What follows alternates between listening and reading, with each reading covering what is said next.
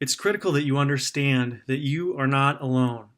In fact, at least a quarter of men, probably higher than that, experience erectile dysfunction and problems in the bedroom at some point in their life.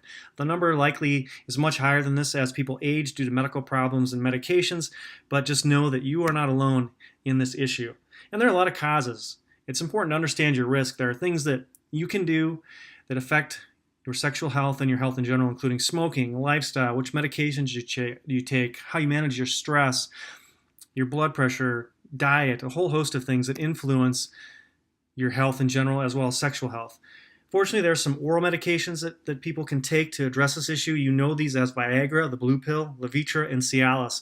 I put a question mark behind number 3, which is vardenafil. That is actually the ingredient, the brand, the pharmacologic name of Levitra. And the reason there's a question mark behind there is that at the current time, it's very difficult for manufacturers to produce this, and for patients to get it and continue using this medication, it's really challenging. So the two most common ones that people are going to use are sildenafil, which is the active ingredient in Viagra, the blue pill, and that comes in generic sildenafil, comes in generic Viagra, and then the brand name Viagra, and then tadalafil, which is Cialis. All of these can be effective for ED, but understand that there are some differences. Just because your buddy uses one drug doesn't necessarily mean it's going to work for you, so don't find yourself feeling frustrated and hopeless just because what he used doesn't work for you. And there are some other differences that are important, like how long they last. Cialis lasts the longest, up to 36 hours. Viagra and sildenafil last about 8 hours.